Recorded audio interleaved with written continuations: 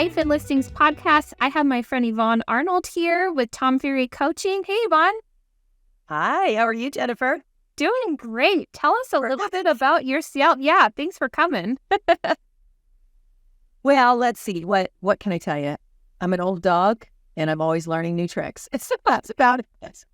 Now, I know there's a lot of people out there, there's another old broad that's going to tell us back when she sold real estate. Now, I'm not going to tell you that. I stay pretty current with the things that are going on in the industry. So I totally believe that because I feel like every time there's a new product, and I feel like I always beta test things, and I'm always I think one of the first to know, you've already done a product test with them or demo with them long before I've even touched it. I don't know what happened, how that occurred, but I got into the kind of a niche area of operation systems and processes. And I kind of know how it started. 2009, of course, the whole crash and all that. But 2011, 10 and 11, we were having technology startups coming at us like crazy in the industry. And, at the time we were doing 100, 120 transactions a year.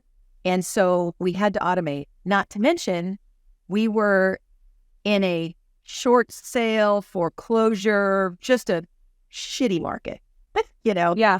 And I got really tired of sitting or standing at a fax machine and then getting told by the asset management company that they never received my documents for the short sale process. So that kind of kicked it off and finding the technology that we could use. So the very first technology that I found was Realty Commander to do all my short sales, which originally started as Short Sale Commander. So processed all my short sales through that. They ended up, because they were a very good product and they had some cool little niche kind of things that they did, like offer submission for multiple offers and links and all of that. They got bought by Showing Time, and then they got bought by Zillow. So Realty Commander went away. But that was kind of the launch of me going after and doing demos with all of these different companies, because we had so many startups. I said, well, I've got all of these things I've got my hand in, and I'm trying to use them, but I don't know what I'm going to use them for. So one day I just put a big sticky note board up on the wall, and I put all the list of all of the tech stacks and started going through them, what I needed personally for my own real estate business. And then I've been coaching for Tom for 15 years. I started seeing what would fit other people's businesses, because if it didn't fit mine, it didn't mean that was a bad product. I just needed to put it where it needed to go. And so now I've been able to really meet a lot of the owners and startups, and they're just amazing people. They're really super smart. Yeah. They sometimes don't have real estate background. So, they don't know how to, so I become a translator. Mm-hmm. I translate between the tech and the real estate side of it. So I like to demo them, and then I like to talk about them, because some of these products make our lives a lot easier in real estate, as you know. And if you're not into them, if you still are struggling working inside your CRM, you really are going to get left behind in the next 12 months. Yeah, it's so important.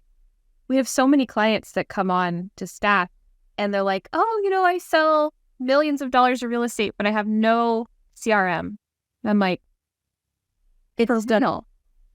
It's stunning. I sit there, I go, because I've been working in a CRM. Like I always tell the story, when I started, I was a title rep, and I went to work with my husband at Remax in 1994.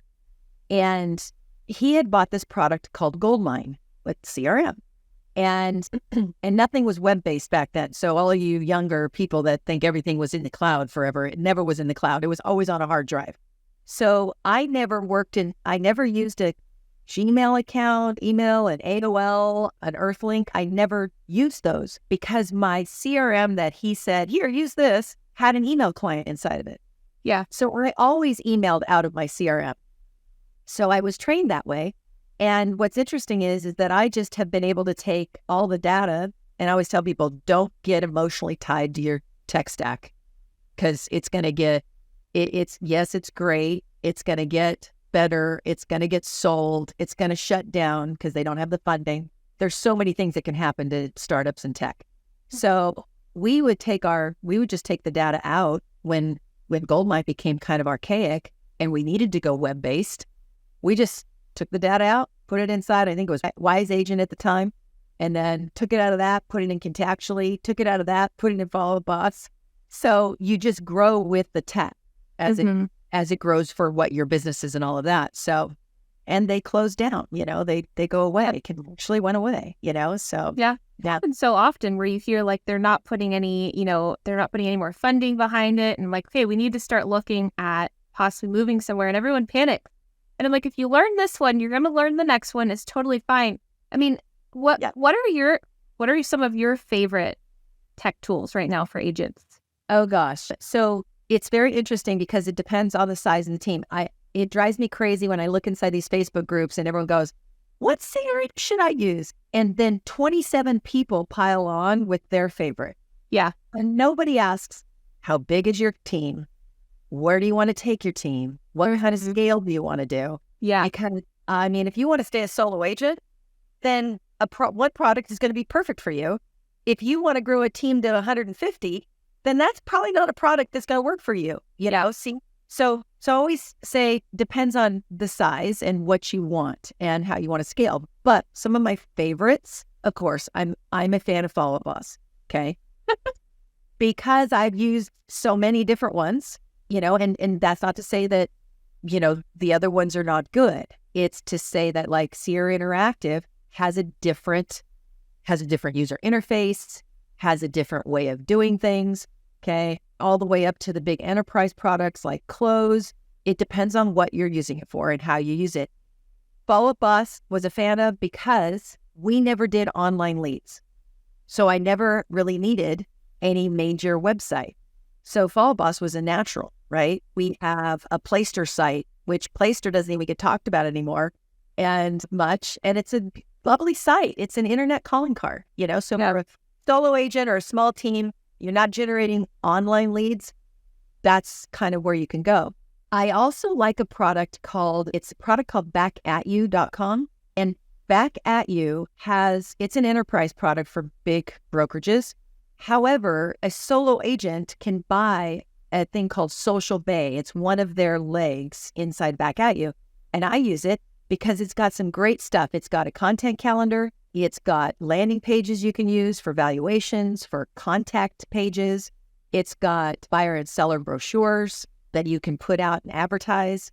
It also just recently connected for a design center with Canva. So you literally just open that product and it takes you right into the Canva links and doing that. So for a small team or a solo agent, even a big enterprise team that wants to offer a value proposition to their agents that are on like the higher splits, yeah, they could offer them the Back At You product. I mean, the product I use the Social Bay leg of it, $75 a month. So, okay, I've heard of that one. Yeah, or is it 55? 55 or 75? One of those two. And here's the little tip. When I was on with the owner and talking to them on the demo, I made a comment and he was like, I've never heard that before. I said, I have a virtual assistant in the Philippines. I do not want them logging into my social media sites, because that's how you get shut down and locked out. Yeah. I said, so I'm going to use this because this is where they'll put all of my stuff and post on the calendar, and they can link to Instagram, Facebook, LinkedIn, and YouTube from the calendar in Social Bay. Okay. And so my admin never has to log into any of my social sites. Yeah, we had a mutual client that's what happened to his Facebook. You remember that? Yep. I locked down. He lost all Facebook access. I was like, Yeah, so everybody out there, be cautious. Don't just give people your login information for social media sites to have them log in. They'll get locked out. And then you wonder, what? Yeah. That's so funny. Well, there are a lot of products out there that are really good products. And like we're on one right now that is a new one for people that want to do podcasts or interviews, which is Riverside FM. Mm-hmm. Super easy to use, has a mobile app, and so if you want to add that to your repertoire of your real estate, you can. Yeah. So there's so much. If I was still an agent, full blown, I would use it for business to business. I would be using Riverside FM to interview business owners in my market, the local coffee shop, the taco shop, Yeah. and put it out there and then have them, you give them the video You tell them how to do it, and you say, send it out to your database, because now you're inside their cocoon. You're in their world. That's just exponential growth. There's so many tools out there for agents, and I kind of see some of the other side of it, and I think you have too, where I see like some of their credit card statements, and we're talking about finances, and I'm like, you just went credit card happy at like that conference, right? You just went and signed up for everything.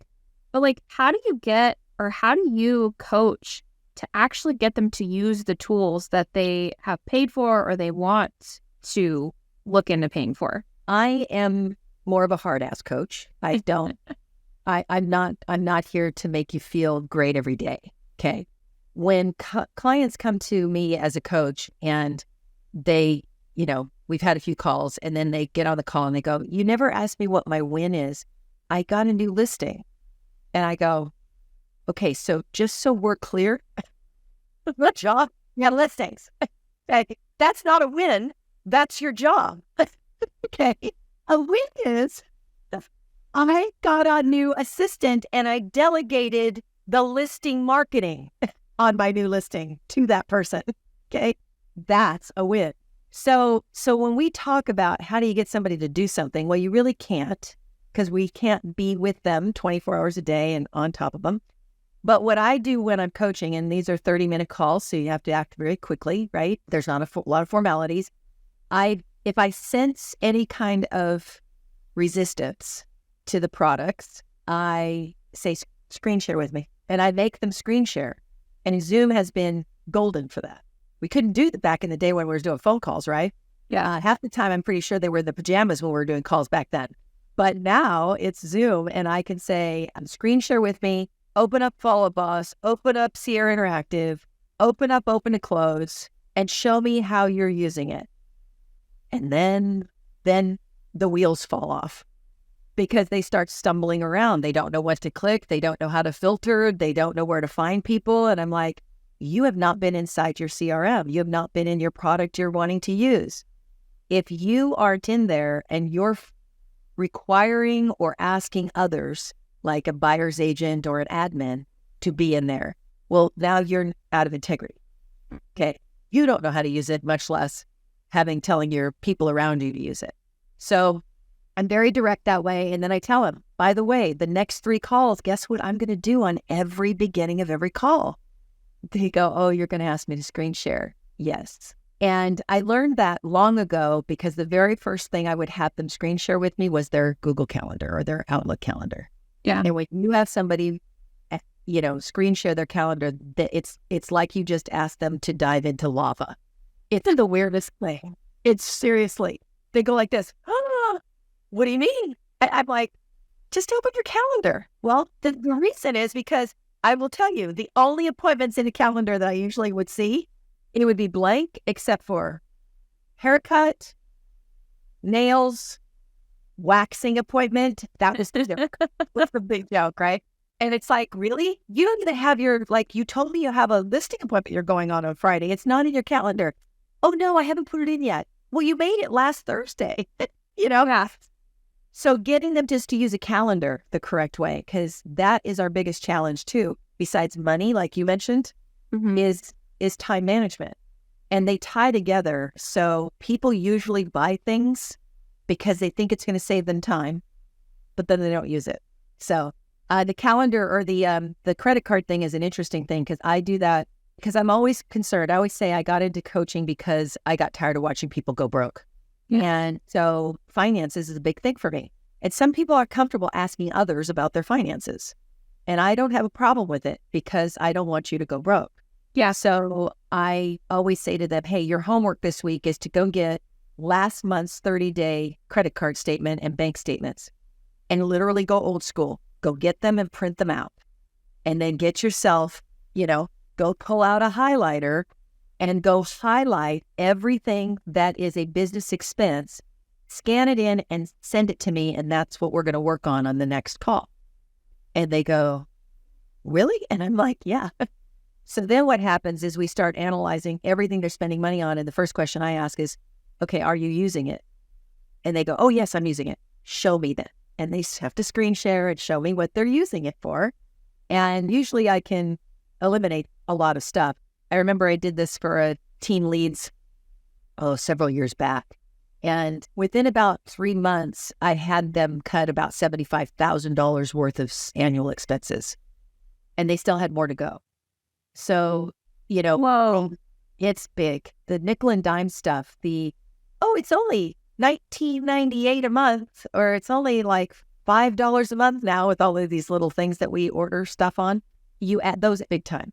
So this is the best time of year to do that.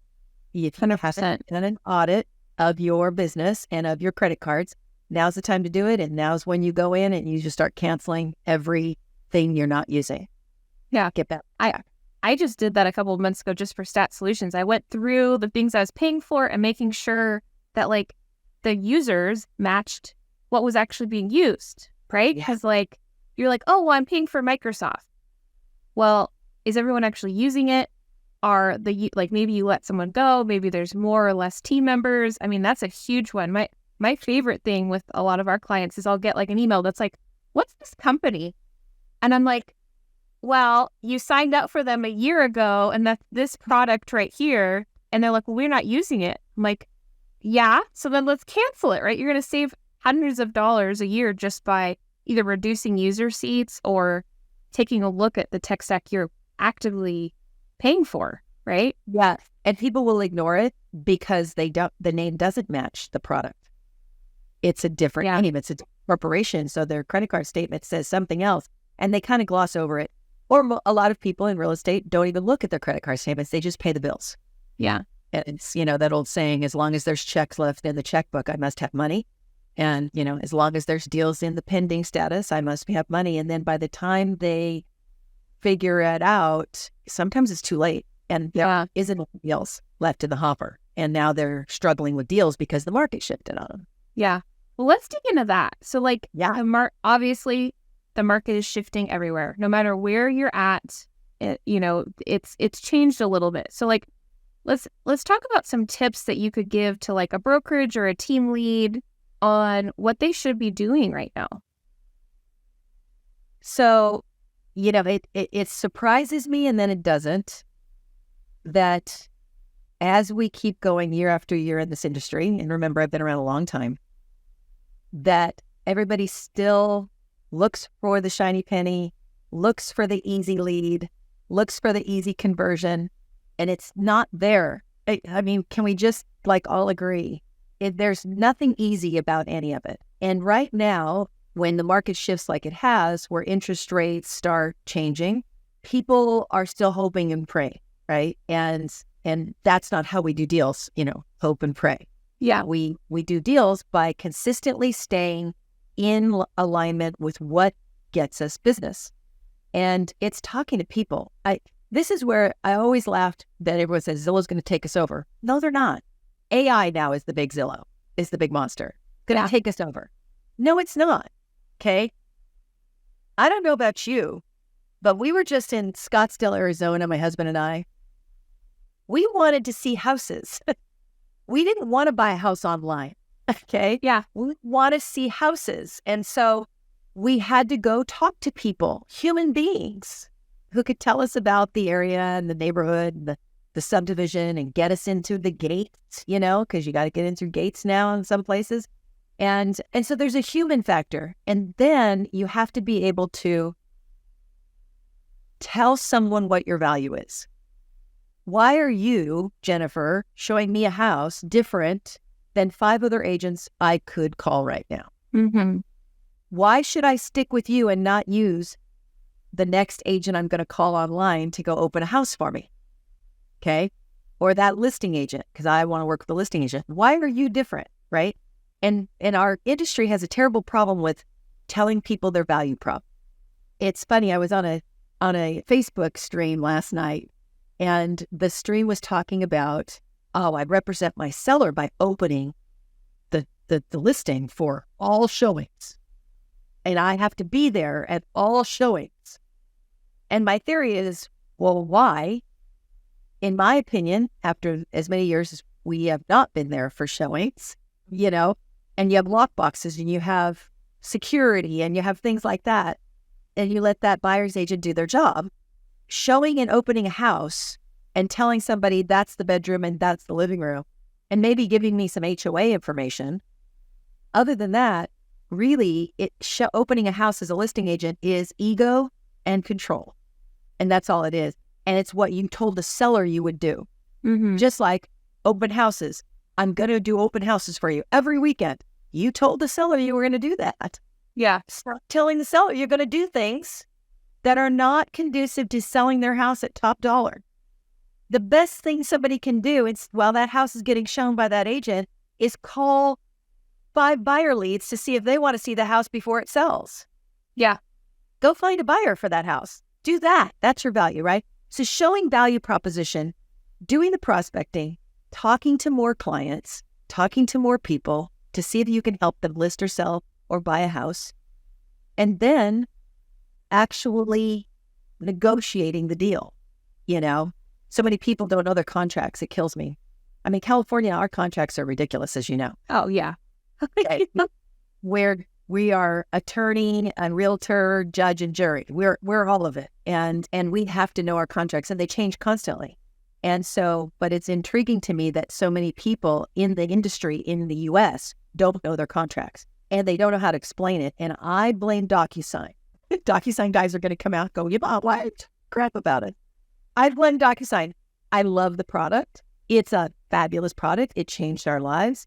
But it also changed the fact that agents don't need to know their contracts anymore. They shoot it off in a DocuSign or an electronic signature, and they never explain the contract to the client anymore. Whereas when we started, we sat on the other side of a conference room table with the contract upside down, buyers and sellers, and we went through the contracts step by step and explained what it was. So we knew the contract like the back of our hand. Yeah. Now, new agents coming up, unless you force them to read them, which I would suggest that to all team leads. Absolutely. Them to read the contracts and then test them on it. They're not reading any of it. They're shooting it off in a DocuSign. It's why our contracts, when we have listings come to us, and buyer contracts come to us, and I don't know about you, but see, I could tell from that look on your face, you've seen those contracts. They are not filled in correctly. There's stuff missing, and it's because they don't know the contract. Yeah, I've actually called agents on the other side and did you mean to check that box? Because whatever you just checked is really bad. So did you mean to do that? I mean, there's been a few times I've seen stuff like that where I'm like, I had some clients that were people that were buying my house. So I was the listing agent. They're buying my house, and they wrote the contract to buy totally wrong because they also had it contingent on their house sale, and they didn't understand how to write those forms, and it totally messed everything up. And luckily it did me a favor, did me a service for sure. But stuff like that, who's reviewing this? I have said recently, it's the reason we're in this situation with the Department of Justice. It really is. We have not taken our industry and the agents coming into it serious enough. People don't train themselves, and NAR and the state associations, and then all the way down to broker level, they didn't take enough responsibility for training agents the correct way and making sure that agents are doing the right thing. And it's why we're in this mess, because there are agents out there, sadly, that are not doing it the right way. But there's a lot of us that are. And and then we take the brunt of that. And that's the hardest part. It's, again, another reason I became a coach, to make sure that people are doing things in the industry the right way. Because, to be honest, I don't want people in our industry that don't do it the right way. Embarrassing. Sometimes I'm like, man, I'm a realtor, you're a realtor. We're doing things so different. Whatever you're doing, I'm not okay with. And now people are comparing the two of us, right? They see us as the same person. I'm like, no, actually what I do is totally different. Exactly. And then we get back to proving your value proposition.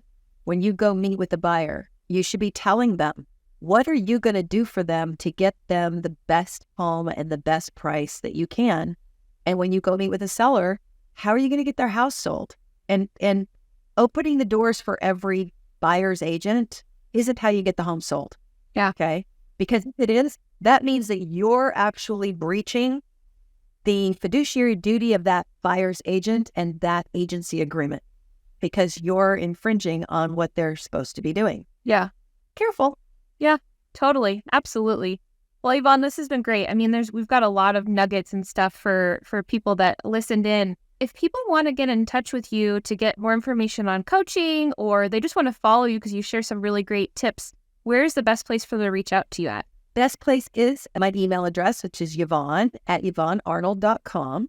And then follow me on Instagram. It's at Yvonne Arnold _. And DM me there. I'm on Instagram a lot. I love Instagram. And my Instagram account is geared toward realtors. So it is, I try and put a lot of real estate stuff on there and not my own listings. Yeah. Yeah. Well, amazing. Thanks so much for joining us today. And I'll see you again soon. Thanks, Jennifer. Bye.